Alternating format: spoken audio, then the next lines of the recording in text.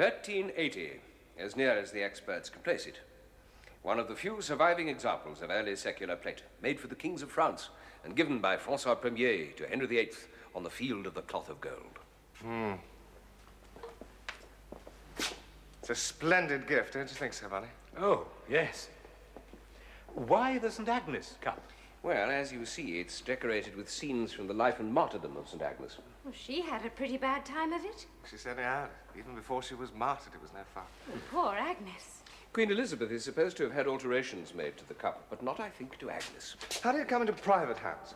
Oh, Elizabeth gave it to one of her favorites. And then it was sold and resold for ever-increasing sums of money. It is extraordinarily beautiful. It's so rich and yet so chaste. That's why we thought it such a shame it should go out of the country to some Yankee millionaire, especially in Jubilee year. Who's we?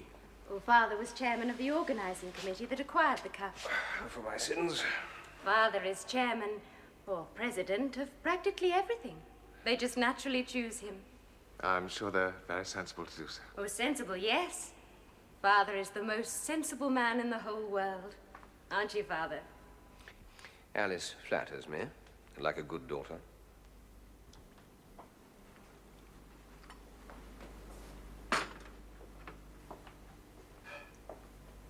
Mr. Raffles?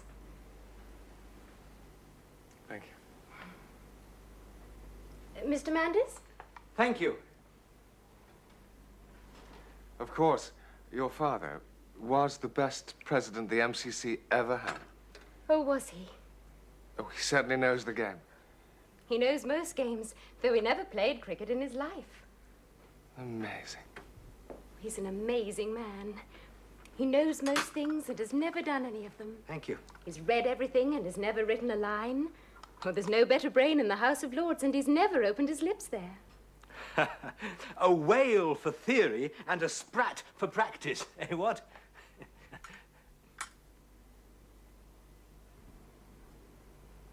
I'm sure he's quite capable of practice if it's necessary. Do you play cricket for England yourself, Mr. Manders? No, I don't actually. What do you do? Nothing.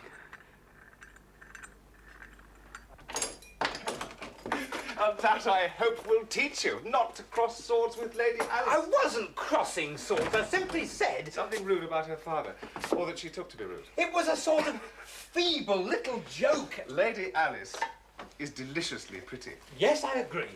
And her father is a great man. Yes. Not the subject for your feeble little jokes. Look, I am sorry I said it. He is chairman of the committee, which bought the St. Agnes Cup for the nation.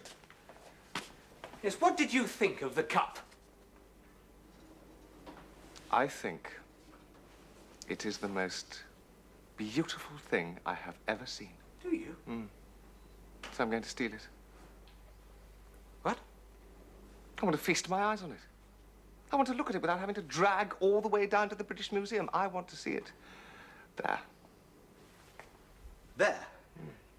But you couldn't keep that cup, and you couldn't sell it. You know, Bonnie, the older I grow, the less I think of your so-called precious stones. I mean, when did they ever bring in half their market value in pounds, shillings, and pence? There was the first little crib we ever cracked, the Loch Maben tiara, over £1,000. That thing was worth. How many hundreds did we actually get for it? And the Melrose diamonds were much better. So what could you do with the cup? I could melt it down into a nugget and bring it home from the USA. And then?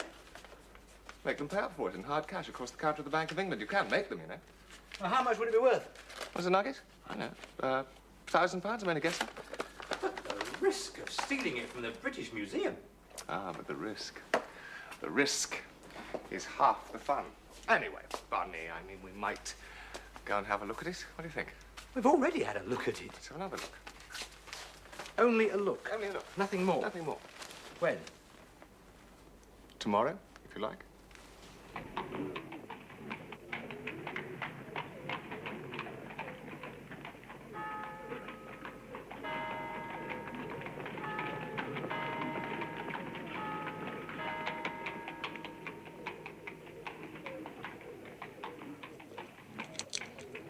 I suppose I shall have to walk up those steps. Confounded nuisance. I'll help you up them, sir. Then you can put me down on the bench inside and go back for the bath chair. We'll need it for the corridors. Yes, sir, I'll do that. Damn long corridors they have in this place, if I remember right. Oh, thank you, Yes, young sir. man. There you have. Thank you very much. Damn long corridors and damn few places to sit down. That's very kind of you, young man.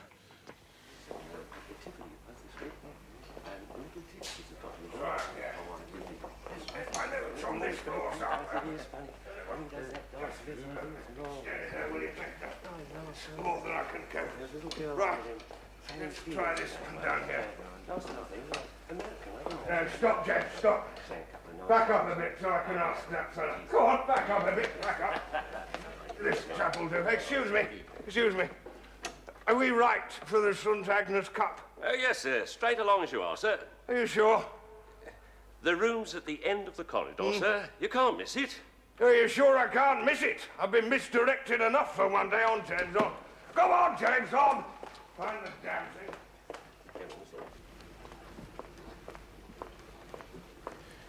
Did you count the number of paces? 139 from the vestibule to here. We could do it in 20 seconds if we had to. Without the bath chair. We shall leave that behind in part payment. Ah, at last we appear to have found it. That's it. Over there, James. Over there.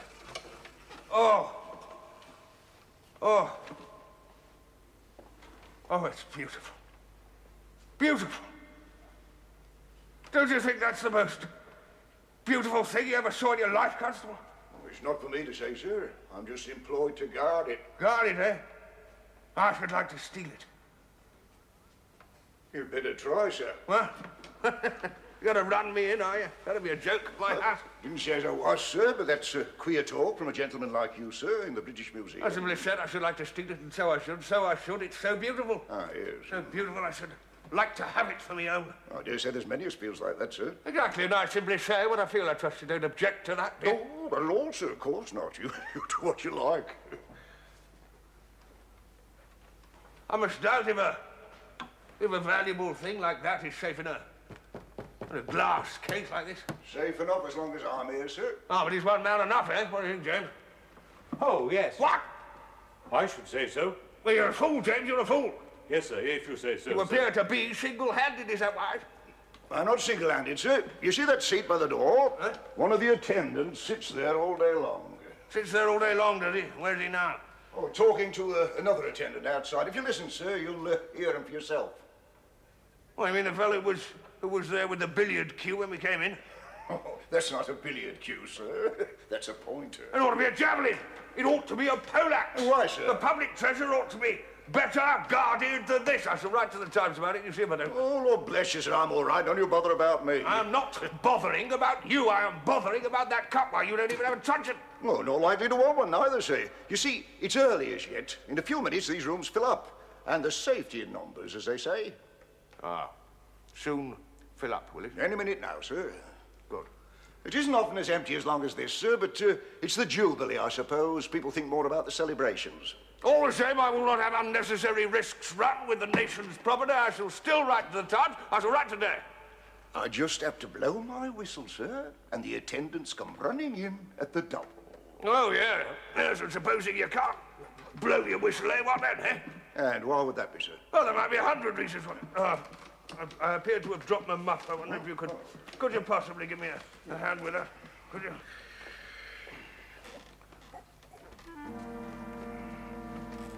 Oh! Catch him, buddy. Put him on that chair by the door. Have a look down the corridor and see if the attendants have heard.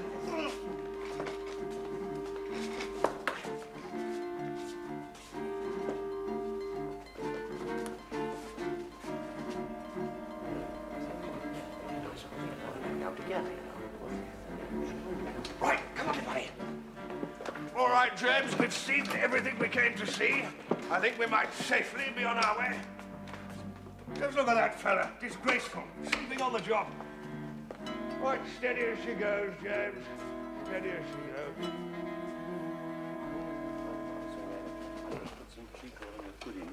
Stop, James, stop. I want to speak to this fella. Oh, enjoy the St. Agnes Cup, did you, sir? Yes, I did. Now then, are we going in the right direction for the prehistoric saloon? Oh, yes, sir. Keep to the right here, sir. And the first stairs you come to, up them. Oh, well, it's at the top of the stairs, sir. Stairs? More stairs? The whole building's full of damn stairs. Yes, there are a few of them here, sir. Yes, there are. Now, if I get to the top of these stairs, can I work my way round to the Egyptian part? Indeed you can, sir. All right, come on then, James. Let's find these stairs. That's it. Slow down a bit, James. Yes. Steady as she goes. James, will you slow down? We'll leave the chair in the vestibule, then you can go as fast as you like. Hey! Charing Cross, please. Right, sir.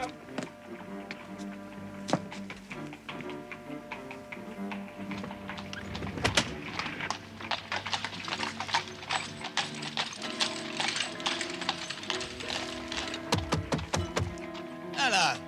Where the devil are you driving us? Charing Cross. You idiot, I said King's Cross. Round your spin and drive like blazes till we miss a train. King's Cross.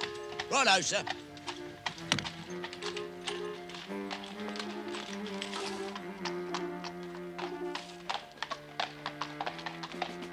There's a train to York. We can book on that. Then we'll slope through the subway to the Metropolitan line and get home via Baker Street. When do we take these things off? In the gents of Baker Street. Not until I have told you frankly and exactly what I think of you and your latest deed. What was wrong with it? The thing that is always wrong. The same thing. I thought it went another way. You make one plan and you tell me another. I didn't. Not today, Bunny. I swear it. We were going there for a preliminary reconnoiter, nothing more, to investigate the possibilities. That's right. So why on earth did you go and do what you did? Bunny, have you never felt the temptation of the moment? It was a chance in 100,000. We might have gone there every day for the rest of our lives and never again been alone in the room with the attendant out and chatting in the corridor at one and the same time. Bunny, it was a gift from the gods. Not to have taken it would have been flying in the face of Providence. All right. Oh, if that's why you did it, then I'll forgive you. Forgive me, rather, for the sake of St. Agnes. Oh. Oh, doesn't she look well up there? It'll be an enormous weight off my mind when you've got her melted down and disposed of. Melted down? Yes. Who said I was going to melt it down? You did. I deny it. You said you'd melt it down into a nugget and bring it home from the United States. I said that I could melt it down, not that I would. Oh, that's a wretched quibble. In deadly earnest, then, to have taken it was a crime against the laws of the land, but to destroy it would be an offence against God and art, and may I be spitted on the vein of St. Mary Abbots if ever I commit it. What? Will you wait till you see what they say in the evening papers?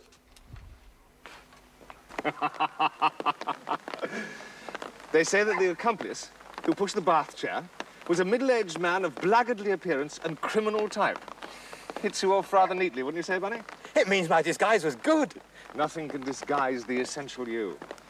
Lord Thornaby, when he was appraised of the crime, said to our reporter, "This is a sad day for England. We had striven to keep this treasure for the nation, and now all our work is undone by a common sneak thief." I don't care for that. I thought our theft was decidedly uncommon, didn't you? Anything else about Thornaby? Yes. He is going to give all assistance possible to Scotland Yard in their task of tracking down the criminal. Is he now? He's a great man. And he has a deliciously pretty daughter. Yes, he has, by Jove. Bunny! I've an idea after your own heart. I think I know where I can place it after all. You mean the cup? Yes, I do. Then I congratulate you Thanks. on the recovery of your senses. Oh, thanks galore. And what is your idea, pray? You've been so confoundedly unsympathetic about this whole thing, I don't think I'm going to tell you about my scheme until after I've carried it out. As usual, that'll be quite time enough. It's no good getting shirty with me, Bunny. You have an important part to play in the scheme. What? You have to go out first thing in the morning and buy me a big box of biscuits. My dear fellow, what kind? Any sort of biscuits you like. Only they must be Huntley and Palmer's, and absolutely the biggest box they sell. What on earth do you want biscuits for? No questions, Bunny. You do your part, and I'll do mine.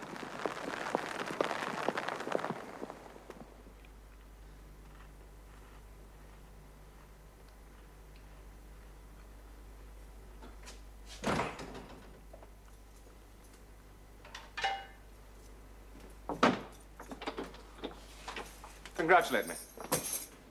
I've done it. You done what? As you wished. I have placed the cup. How much for? How much for? Now let me think. Had a couple of cabs. And the postage cost me a tenner. Registration was an extra twopence. That's... Yes, the whole thing must have cost me exactly 5 1/8. Yeah, well, it cost you, but how much did you get for it? Nothing. Nothing? Not crimson cent. Well, I'm not greatly surprised, though it's a bit of a blow. I never thought it had a market value, and I told you so in the beginning. Yes, you did. So what have you done with the thing? I've given it to the Queen What? as a Jubilee present. You haven't. Well, I've sent it to her private secretary, Sir Arthur Bigg, if that will do for you. I thought they might take rather too much stock of me at the GPO if I addressed it to the Sovereign herself. Well, that's why the biscuit tin? Yes. I drove over to St. Martin's le Grand with it and registered the box into the bargain. Do a job properly if you're going to do it at all. But why on earth do such a thing at all? My dear Bonnet, we have been reigned over for 60 years by infinitely the finest monarch the world has ever known. The world is taking the present opportunity of signifying the fact for all it is worth. Every nation is laying the best it has to offer at her royal feet. Every class in the community is bringing her its gifts. Except ours, the criminal class. I have tried to remove one reproach from our fraternity, one blot from our solid escutcheon. Well, supposing they trace it to us. Well, there's not much to grab hold of in a biscuit box by Huntley and Palmer's line with the day's newspapers. And I wrote nothing that could possibly be traced. I simply printed 2 or 3 words upon a virginal postcard. Well, Raffles, I must say you always were a sportsman, and you always will be. Bunny? The Queen. God bless her. God bless her.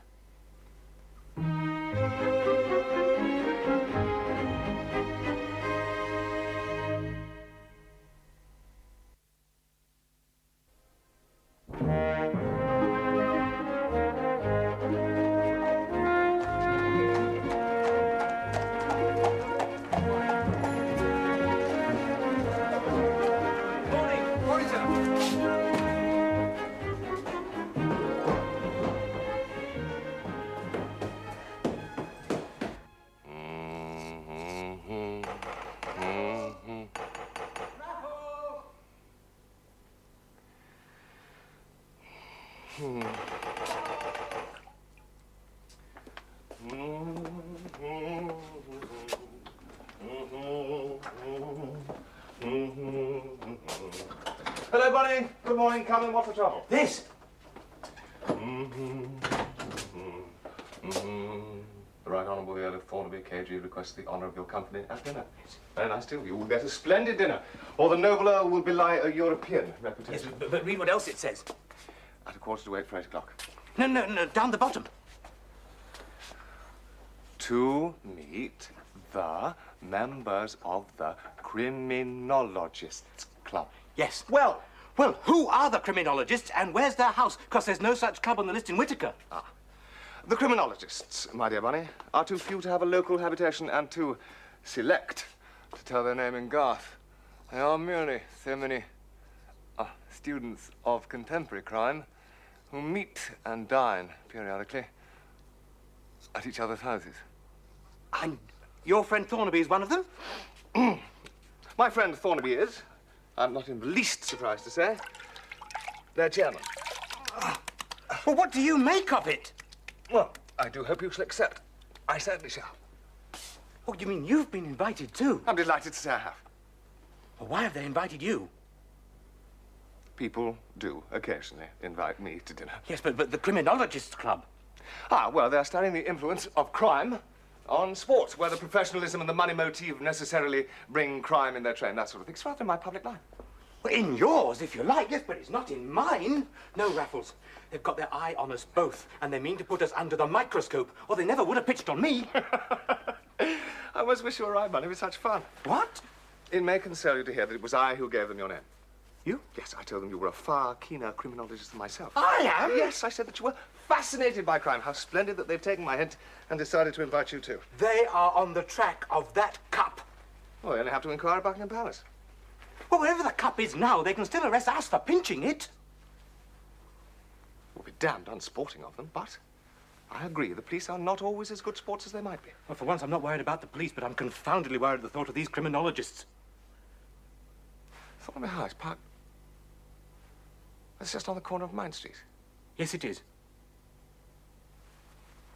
Can you see it from your bedroom windows? I should think you can. Back of it, why? No reason at all. Let's go and have a look.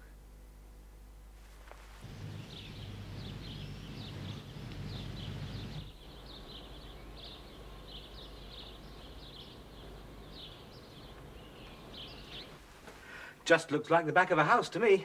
Yes, I suppose it does.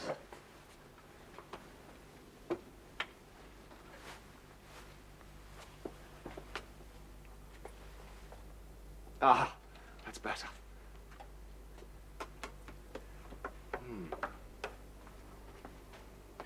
Well, I'll be in the sitting room if you want me.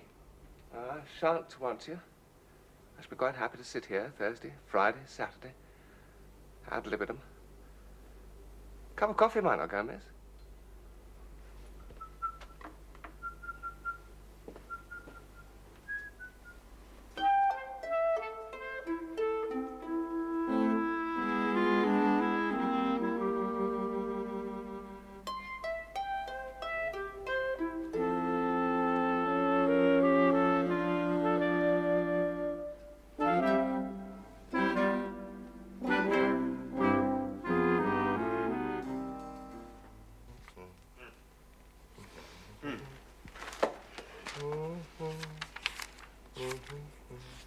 Oh.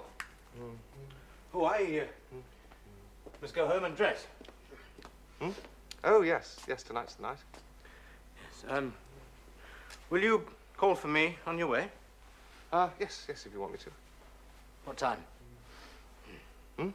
Oh, well, we're bidden for 7:45 for 8 o'clock. It can't take much more than, say, 5 minutes from your place. Well, 7:45. Right. I'll be there. It's just that I'd feel better if I go there with you. Wait, without fail? Thanks, Raffles. Not at all. Ah.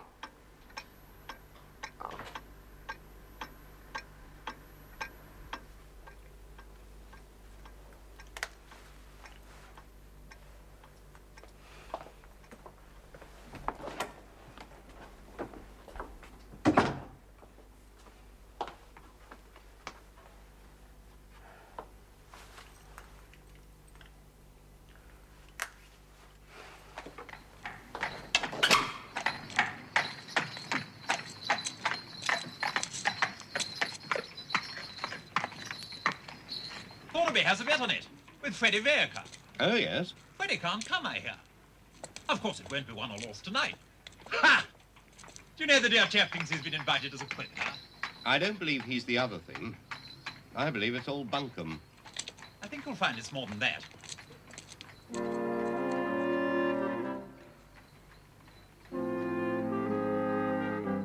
I wouldn't put him in one of your books. Exactly like his mother. Yeah, I think It's amazing how few batsmen, even of the first class, can spot the ball which you toss just 6 inches higher into the air.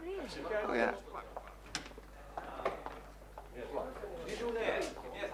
Mr. Manders. Ah, Mr. Manders, how do you do? Delighted you could come. It's very good of you to invite me. I believe you know my daughter Alice. Good evening, Mr. Manders. Good evening, Lady Alice. Mr. Raffles, of course. Yes, of course. Hello, buddy. You promised to pick me up on your way. Oh, did I? I must have forgotten. Mr. Raffles has been explaining how he hoodwinks people What? when he's bowling. Oh, Oh, yes. My daughter has insisted on being my hostess tonight. A charming hostess. But you must come and meet the other members. We're rather a small handful, I'm afraid, but then we are a small club. May I introduce Lord Selby, the High Court judge, Mr. Manders. How do you do? How do you do? Sir Ernest Kingsmill, QC, Mr. Manders.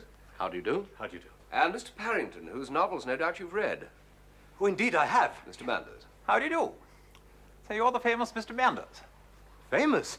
Oh, what for? For being the friend and associate of Mr. Raffles. Dinner is served. Shall you? Yes. Always enjoyed it.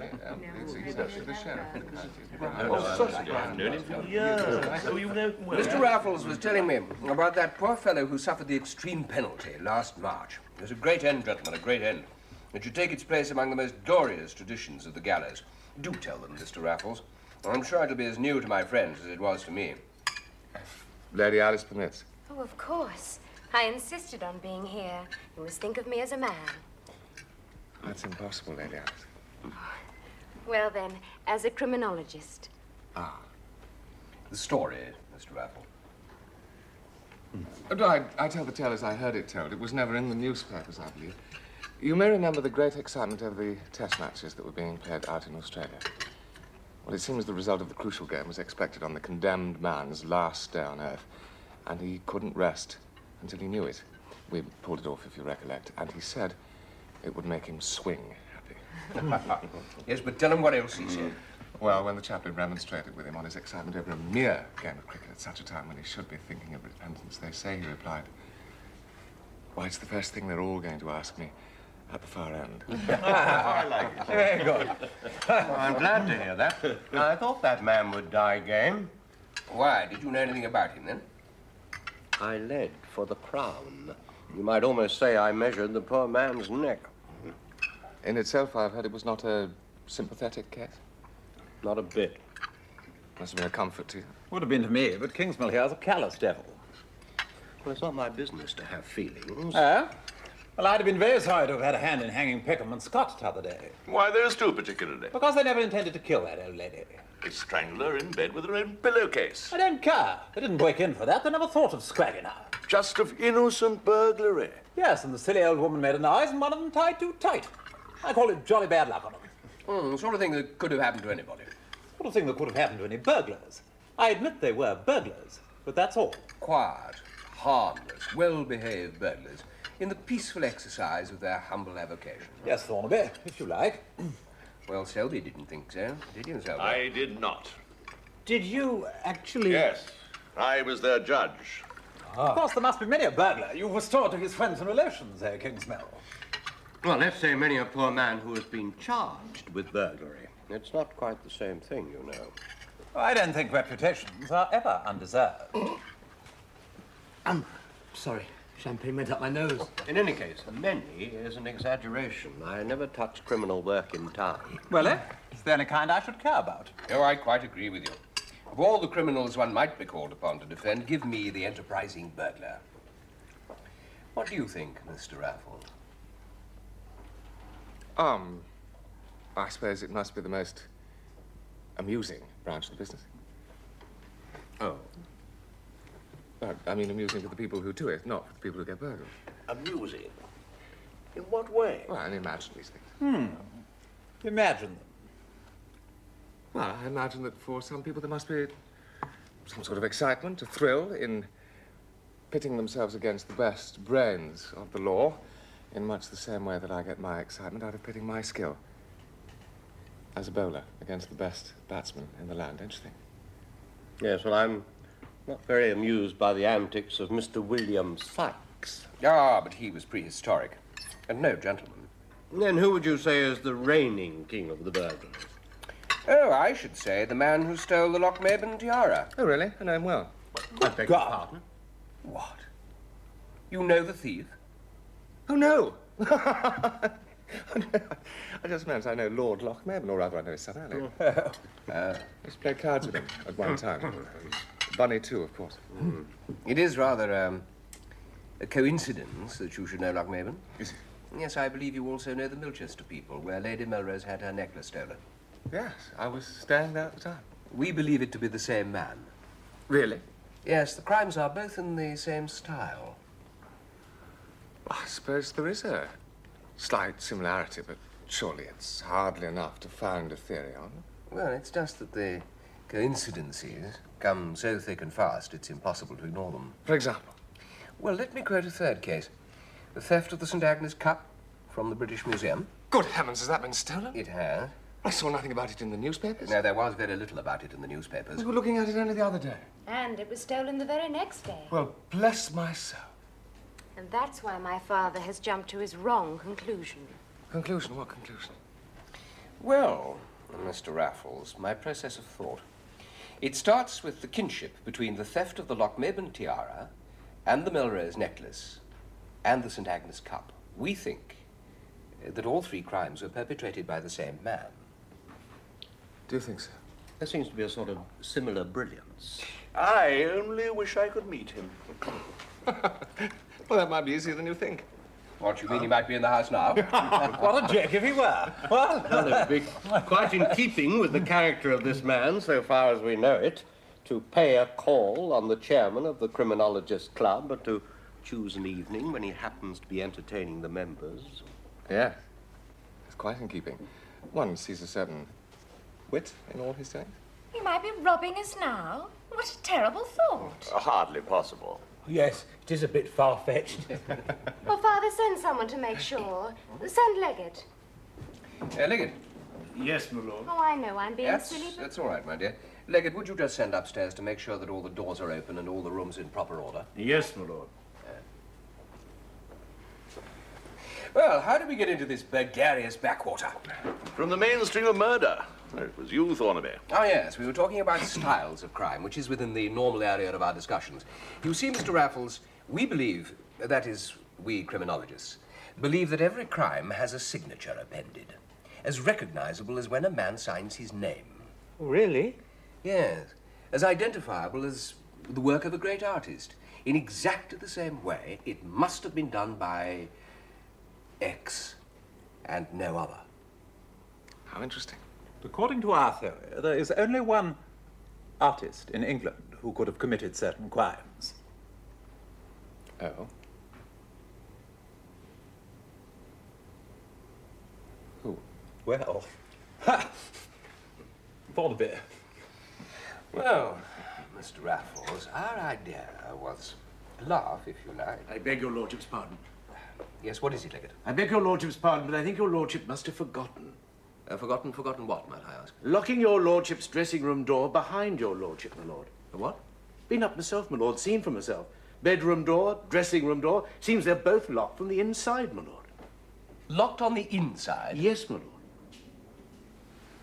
By whom? Excuse me.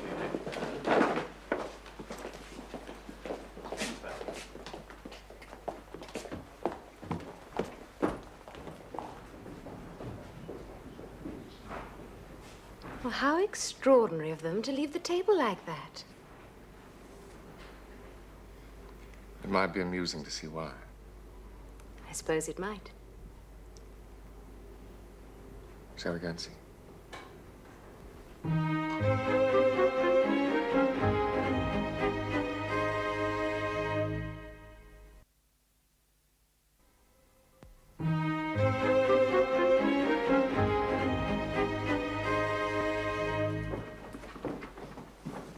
All right, Williams, you can leave it to me. You'll never do it. What the devil is holding it? Wedge and gimlet, I should think. Something out of one of your novels, Barrington. One more go. It's no good, Thornaby. If it's a wedge and gimlet job, you may smash the door, but you'll never force it. Well, then I'll smash it. No, listen to me. Is there a ladder in the place? Why? Is there? Well, I think there's a rope ladder somewhere in case of fire. Do you know where it's kept? Leggett, do you know where it's kept? It's on the top landing, sir. Shall I bring it down? Williams will fetch it, my lord. Hello? What goes on? No, leave it where it is. Why? What do you want it for? Williams will put it out of the window and I'll climb down. We'll have your doors open in 2 twos. Well, all right, but for heaven's sake, be careful. Williams, wait a minute. Dashing fellow. Oh, I hope he doesn't hurt himself. Rather him than me. I've no head for heights. Our friend Parrington takes more kindly to all this than I do, I can tell you. grist to his mill. Exactly. We shall have the whole damn thing in his next novel, I suppose. I shall hope to have it at the Old Bailey first. Criminal work in London for you, Kingsmill. I should be delighted to make an exception for this case. Once they've caught the criminal. Assuming there is one. I mean, we don't yet know there's been any crime at all. Well, why else should anyone bother to lock the door? Were there valuables in your bedroom? Oh, yeah, studs, cufflinks, that kind of thing, and then there was some cash in one of the drawers. Ah, cash, eh? Any burglar would be glad to have that. Yeah. The man I'm thinking of would have been more interested in the jewellery. Correction. The man you were thinking of. Yes, that's true. Yes, well, the burglar must have been at work while we were downstairs having dinner. Yeah. Oh, I'm sorry, Father. Well, I'm glad someone can find something to laugh at. But your face is so funny. Is it? So disappointed and cross when you ought to be pleased. Should I be pleased about a burglary? Oh, you don't know there is one yet. Hello. I got in. Oh, good man. I was what? It's a written gimlet job. Can you manage it? Yes, of course. Refreshing to find a man of letters, such a man of action, too. Show me a minute. Does he write about burglars? Murders, mostly. Ah, just wondering if he tried things himself first. Not murders. At least I don't think so. Come on in. Awful mess, I'm afraid. Well done, Paris. What is it? A mess. Yes, indeed it is. Leggett, get Rampole, will you? He's the only man who can tell us where everything is. Rampole, yes, my lord, straight away. Fetch Rampole for his lordship, will you? This trunk is empty. Did you have anything in it? My Pierre's robes and coronet complete. What a rum thing to steal. One place to keep them. Oh, you may say so, but where would you stable your white elephants? I've worn them once in my life. The second time would have been the Jubilee, I suppose. What earthly use could a burglar have for your peer's robes and coronet? I mean, he could hardly hope to attend the Jubilee in your place. Well, if that's all he's taken, he's a very benevolent burglar. Ah, Rampole, go through my belongings, will you, and see if anything else has disappeared. Yes, my lord. And then come and let me know. Leggett, you better telephone the police and tell them what's happened. Yes, my lord, straight away. And you needn't mention anything about the Criminologists' Club. But surely that's a vital clue. Yes, I suppose so. All right, Leggett, you can tell them. But don't make us look like fools. No, my lord, I'll try. Oh, in the meanwhile, I suggest we go back to the dining room and finish our dinner. Good idea. Eh, Raffles? Indeed. And we can drink to the health of the gallant Mr. Parrington. Oh, my dear fellow, it was nothing. I think we should rather drink the health of the gentleman we were discussing at dinner. For we owe it to all our instincts to assume that the burglar was he. I wonder. Well, I'm sure of it, my dear fellow. Thanks, My dear Barry. Still, dinner, what? Yes.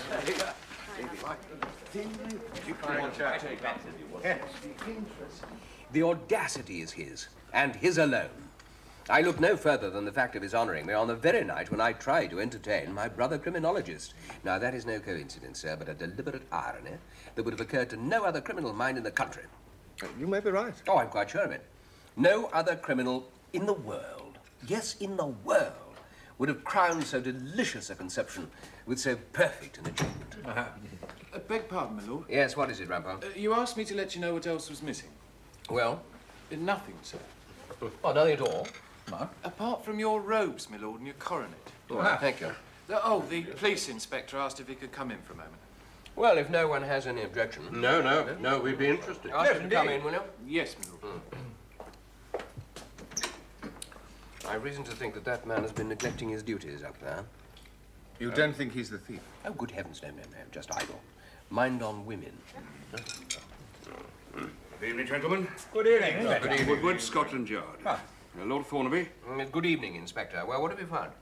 Well, the robbery took place between 8:15 and the half hour. Now, how do you know that? Well, your man Rampole was in your dressing room until close on the quarter. Was he? I'm very glad to hear it. And all was as it should be when he left the room. Besides, the burglar had wrapped up a clock in a towel as if to carry it away, then changed his mind at the last moment and slung it on a chair.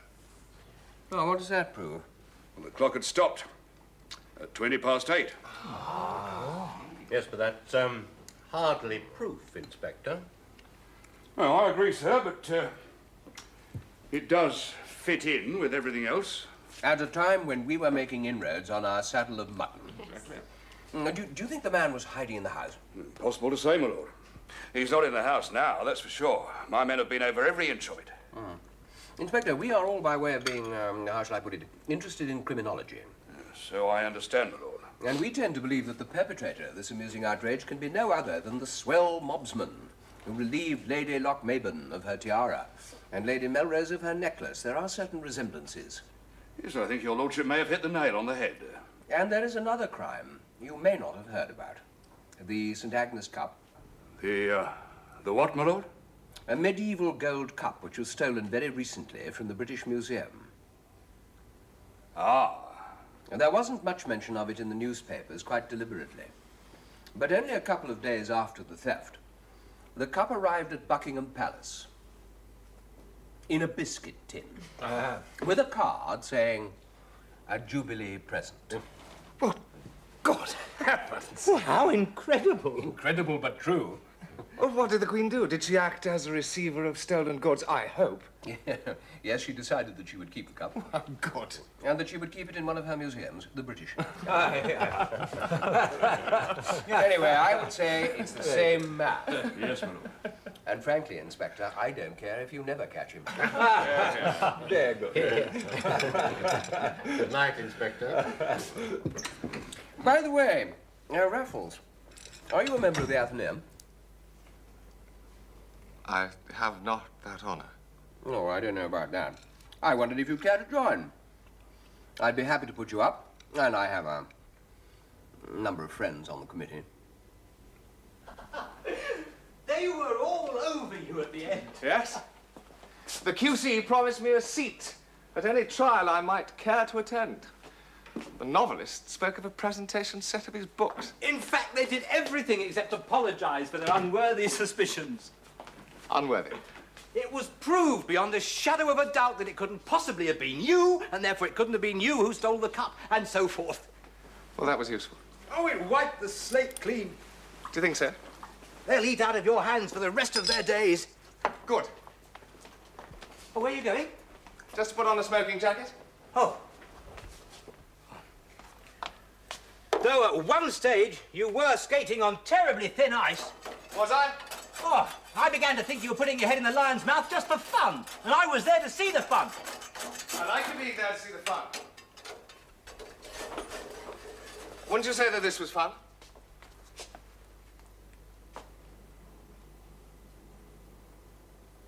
Thornaby's? No, the cleaning ladies. But you can't have taken it. I and no other. From Thornaby House? From that very place. But it's impossible. You were having dinner at the time. I was there and I saw you. And the Criminologists' Club saw me, and they know, like you, that it's impossible. But here are the robes and the coronet to prove the opposite. Well, how? Ah, magic, my dear bunny, magic. No, seriously. All right. Seriously, then. Remember the time I spent staring out of your bedroom window through your race glasses? The most useful time I ever spent. By great good luck, one of the rooms that you could see into was the room in which the master of the house raised himself in all his knightly glory. The nuisance was, his valet was always there. He stays behind to put things straight and folds the clothes much better than I've ever done. But I had to get him out of the way.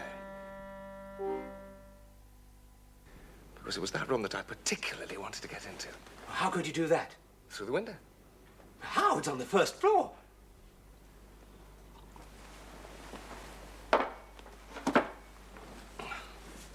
My own invention. You take off the end. And you do that. And then you pull. Pull. And you keep on pulling and pulling. And then onto the end you fit a hook, which is jolly handy for hooking onto pipes or whatever else you find to hook onto. And then onto the hook you fit a length of knotted rope. Well, how long did the whole thing take you? Tonight, all in all, 5 minutes from Mother Earth to Mother Earth. What, do you mean to tell me you climbed up and down, in and out, broke into that cupboard in that big tin box, pinched the robes and the coronet, wrapped up the clock, pulled out all the drawers, built studs and all the rest of it, and all in 5 minutes? No, of course I don't, and of course I didn't. Then what do you mean, and what did you do? Made 2 bites of the cherry bunny.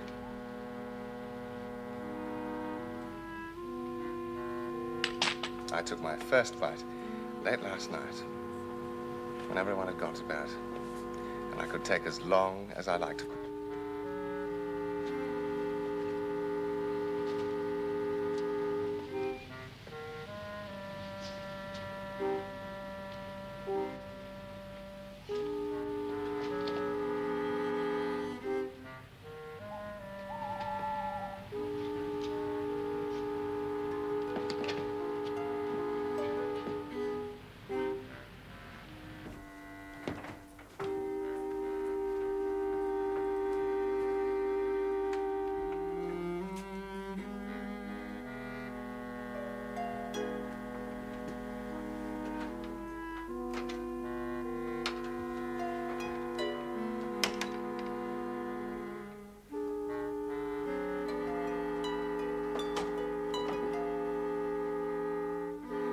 Of course, I was a very good boy. Left everything neat and tidy exactly the same way that I found it, except I took the robes. You mean you went up there again tonight? Yes. Tonight, my problem was that valet. I had to find out something about him, so I did. And I sent him a telegram from his best girl, saying she would meet him on the corner at 8 o'clock. Of course, he pretends he was still in the dressing room at 1:15, as usual.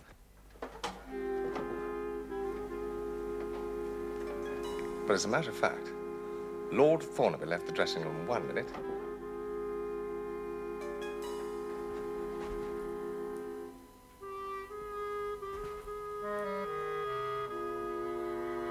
His valet followed the minute after. And I entered through the window the minute after that.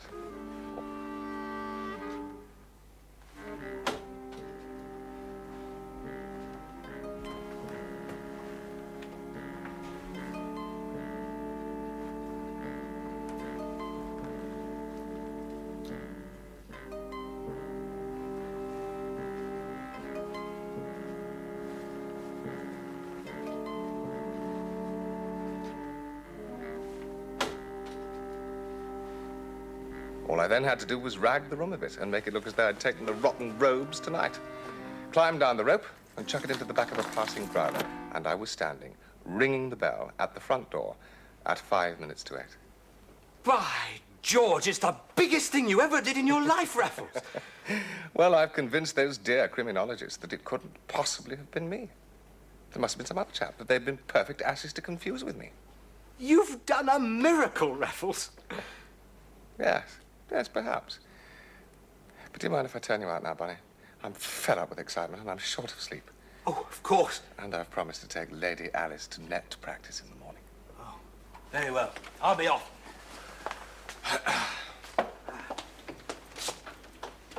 Oh, Raffles. Yes.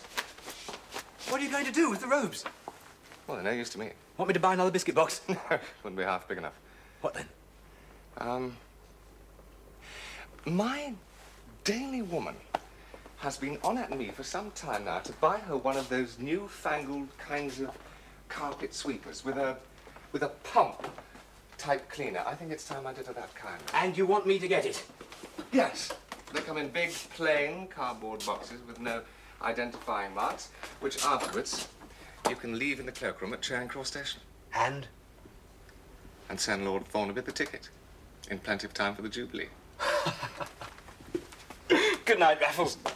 Good night, Bonnie.